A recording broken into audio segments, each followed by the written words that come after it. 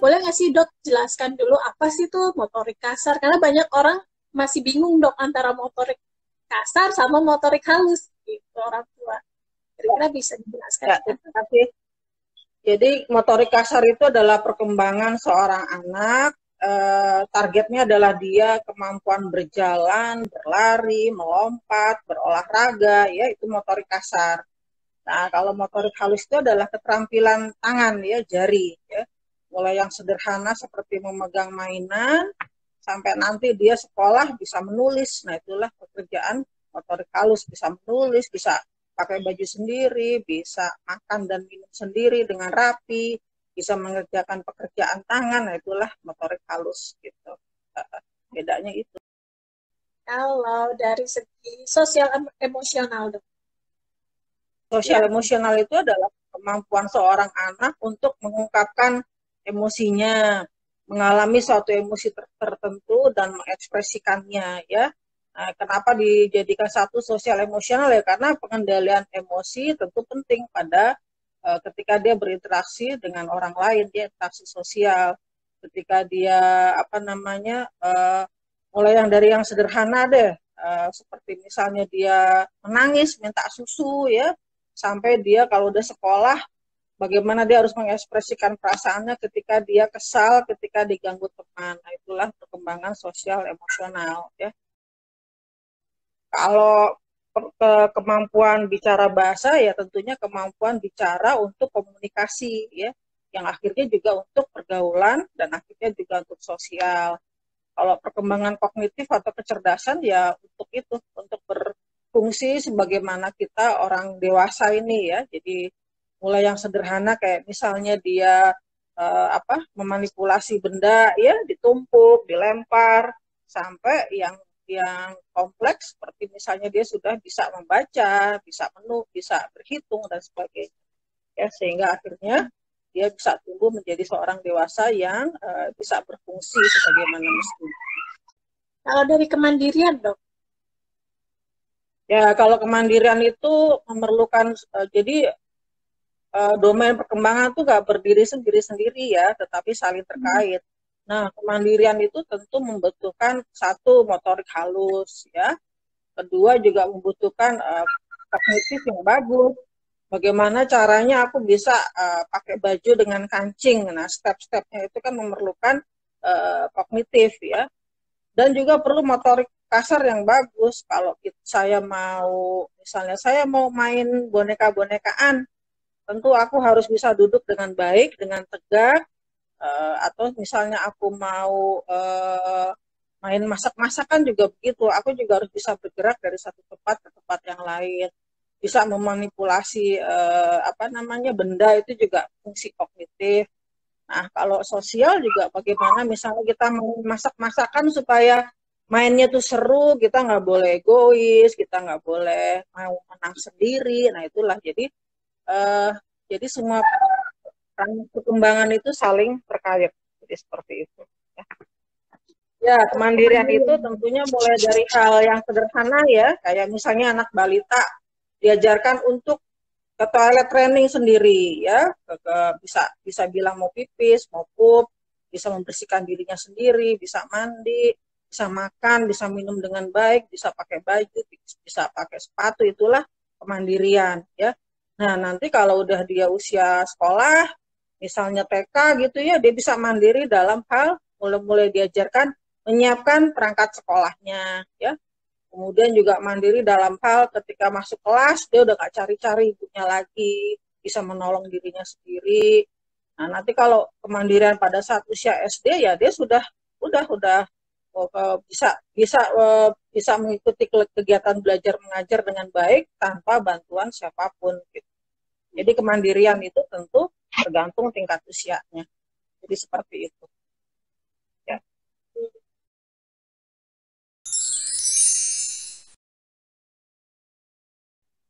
Nah, 12 sampai 18 bulan itu kalau motorik kasar, ya mudah dilihat, ya, udah mulai bisa belajar jalan sendiri, ya.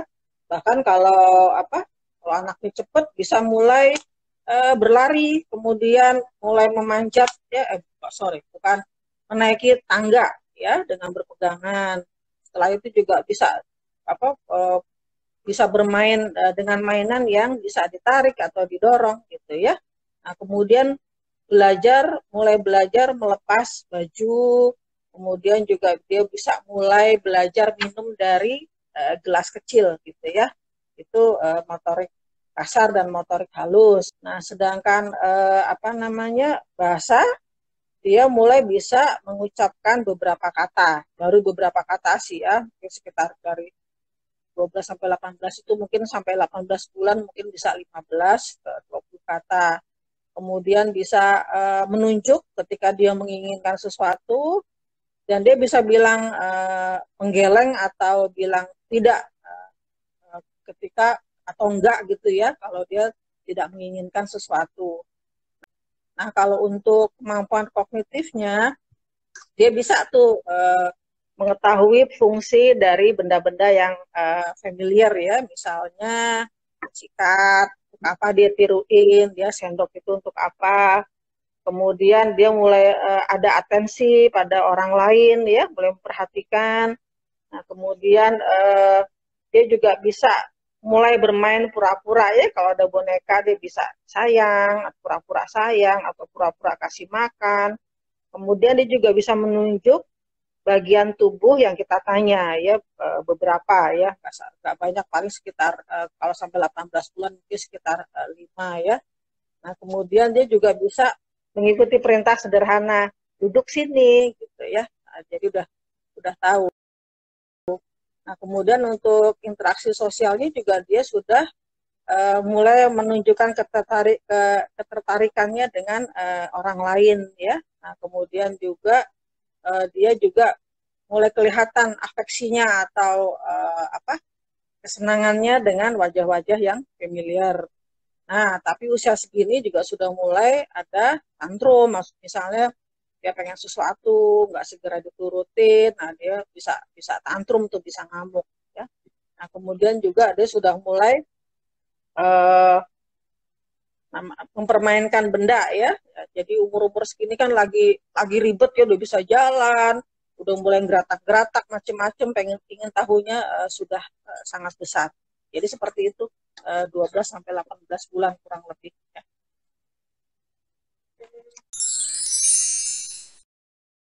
Ya, tantrum itu kan satu ungkapan, satu bentuk komunikasi juga sebetulnya ya. Kedua juga ungkapan emosinya dia ya. Kenapa dia tantrum? Bisa, satu, anak umur segini kan udah bisa mulai jalan ya. Mulai eksplorasi di rumah, rasa ingin tahunya makin besar. Kemudian juga tapi belum tahu bahaya. Sehingga secara tidak sadar maka orang di rumah akan banyak melarang.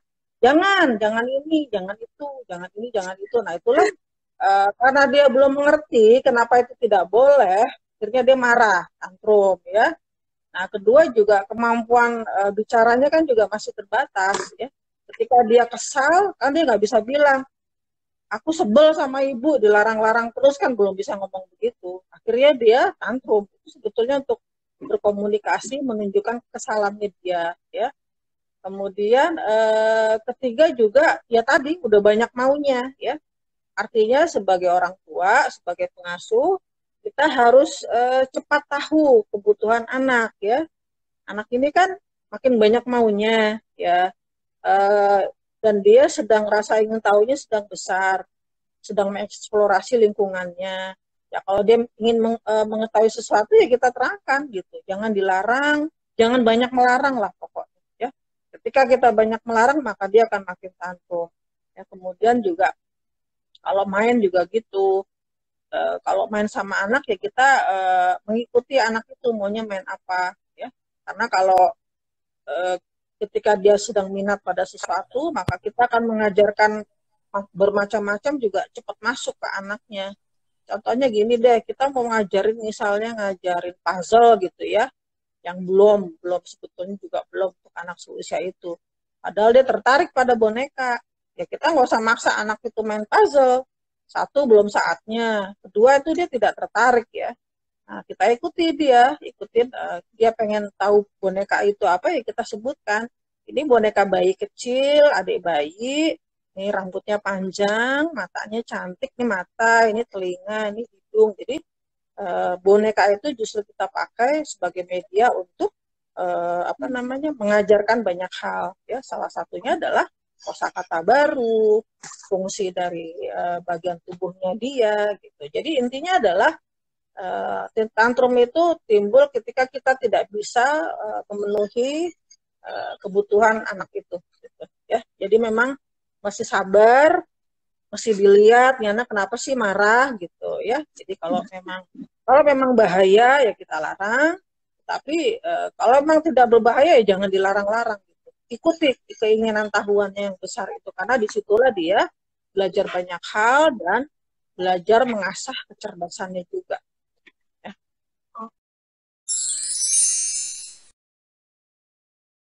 Kita jangan bicara fokus atensi pada anak usia sekolah ya, karena memang rentang perhatiannya sangat sebentar ya. Mungkin 12 sampai 18 bulan ya paling 5 menit aja udah lama gitu ya. Jadi bukan lamanya yang penting, tetapi kualitas yang kita bisa berikan pada saat dia menaruh perhatian. Ya tadi contohnya, karena walaupun rentang perhatiannya dia sempit, kalau kita bisa memuaskan rasa ingin tahunya, maka itu akan cepat masuk ke otaknya dan dia ingat betul gitu.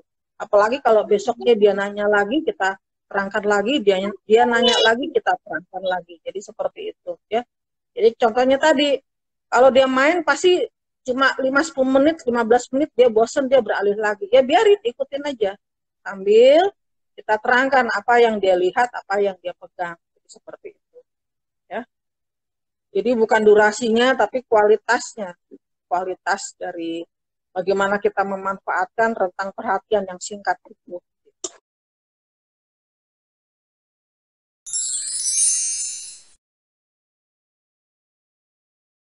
Sebagian besar anak akan berjalan pada usia kurang lebih 13 sampai 15 bulan. Ya. Tetapi bukan berarti kalau kurang dari itu atau lebih dari itu pasti nggak normal, nggak juga gitu ya.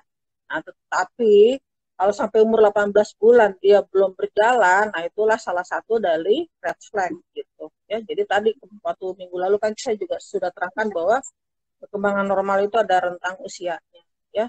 Nah, stimulasinya gimana ya? Kalau dia belum bisa berjalan ya tidak harus belajar berdiri sama rempetan dulu kan. Ya kasihlah dia pegangan untuk dia bisa pegangan untuk berdiri dan merembet ya, berjalan dia sambil berpegangan. Nah, nanti setelah dia bisa berdiri lepas beberapa lama, nah itulah baru tahapan dia untuk belajar berjalan ya. Belajar berjalan itu bukan pakai baby walker ya, baby walker tuh nggak boleh ya. Berjalan ya kita tetah ya, dua tangan, atau pakai sesuatu yang bisa didorong sama dia, push walker ya. Atau kalau nggak ada push walker ya biasanya anak akan mendorong-dorong kursi itu untuk belajar jalan. Nah disinilah kita nggak boleh capek ketika anak ngajak untuk tetah ya mesti diturutin gitu ya tetah, karena itulah dia saatnya dia untuk belajar jalan. Dan jalan juga harus di berbagai macam permukaan, telanjang kaki ya, karena itu akan memperkuat telapak kakinya dan membentuk lengkungan di telapak kakinya ya. Telanjang kaki di rumput, di pasir, di tanah ya. Jadi jangan hanya di rumah aja. Orang dari 2 tahun masih boleh ngeces, tapi kalau sudah mendekati 2 tahun mestinya sih sudah tidak terlalu ya. Nah, sambil dilihat kemampuan makannya. Kalau 17 bulan kan udah bisa makan nasi ya, makanan keluarga. Kalau itu dia belum bisa juga makan makanan keluarga, nah itu harus terapi oromotor. Karena kalau tidak nanti bisa mempengaruhi artikulasi bicara ya. Jadi kalau ngeces atau ada problem makan di mana dia belum bisa makan makanan yang kasar, yang terganggu adalah proses artikulasi bicara ya, bukan bicara secara keseluruhan. Jadi seperti itu. Kalau masih berlebihan ya mesti terapi oromotor, mesti ke speech therapist ya Bu ya. Ya, jadi gini ya, Makanya usia 6 sampai 18 12 bulan itu fase anak belajar makan, harus sabar, harus telaten ya. Jadi karena disitulah anak belajar mengenal tekstur makanan, belajar makan yang benar, belajar tidak melepeh gitu ya. Jadi kalau kita mau naikkan tekstur, jangan langsung banyak di sendoknya itu, sedikit-sedikit ya. Dan jangan dikasih air. Karena kalau dikasih air atau kuah yang banyak, anak tidak tergerak untuk belajar mengunyah, tapi langsung telan. Nah, itulah yang salah ya. Nah, itu satu. Kedua, yang paling sering dilakukan orang tua juga, 1-2 kali anak menolak, ya udah nggak dicoba lagi, nggak boleh begitu ya. Coba terus ya. Porsi makannya sedikit dulu ya, sejumput dulu. Tungguin dia sampai bisa makan dengan benar. Nah, nanti kalau dia udah bagus, baru ditambah porsinya di sendoknya itu loh. Karena belajar makan kasar itu umur 9 bulan juga sudah bisa, di mana dia sudah makan bubur nasi ya. Nah, sehingga setahun itu dia udah bisa makan dengan keluarga. Sekali lagi jangan dibiasakan makan pakai kuah atau habis makan 1 sendok makan terus 1 sendok air, itu anak tidak belajar mengunyah dengan benar ya.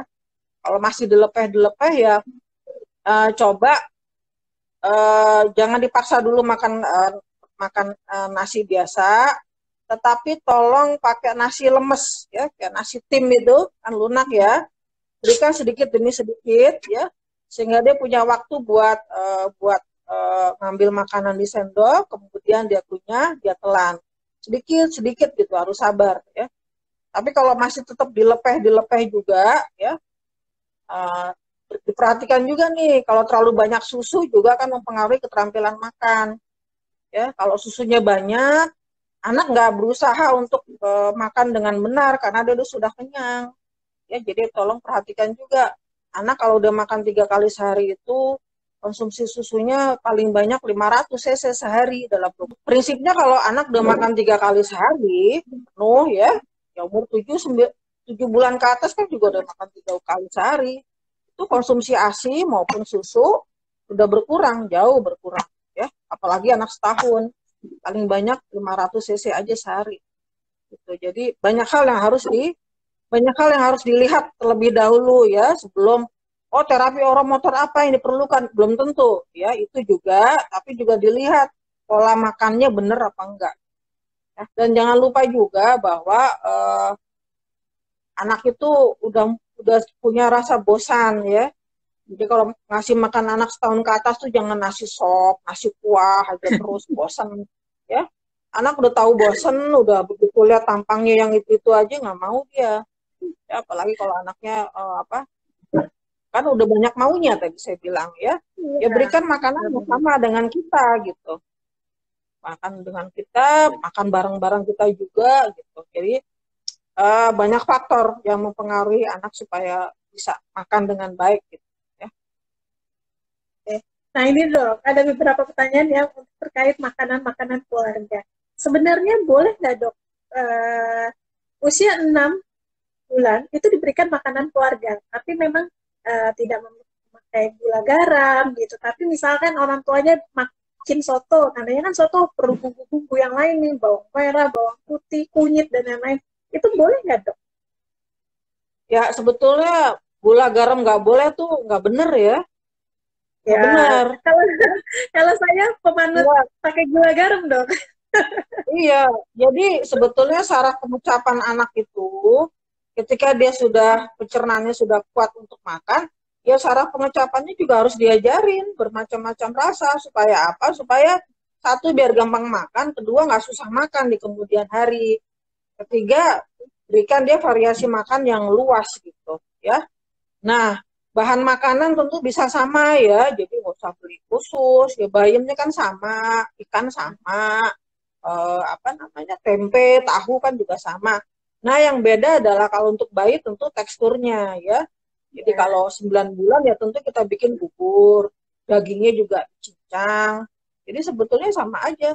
Soto yang nggak boleh adalah pedas ya, dan bumbu-bumbu yang terlalu menusuk itunya, aromanya ya. Biasanya bayi belum bisa menerima. Tapi kayak garam, gula, bawang merah, bawang putih bisa kok. Ya. Kalau ibu-ibu nggak mau pakai macem-macem ya bahan makanannya rasanya harus kuat. Contohnya kayak tenggiri itu kan gurih banget ya, atau salmon. Itu kan nggak usah diapa-apain juga udah enak. Nah, jadi kalau nggak mau pakai bumbu ya pakai bahan makanan yang rasanya kuat. Seperti itu. Ya tadi yang saya bilang, red flag itu hanya tanda kewaspadaan untuk orang tua, ya. Tetapi yang menentukan bahwa itu normal, masih nggak apa-apa atau sudah abnormal itu adalah profesional, ya. Orang tua nggak bisa tentunya, ya. Profesional itu adalah dokter, dokter anak, dokter saraf anak, dokter kembang. Jadi seperti itu. Kita orang tua belum tidak bisa membedakan.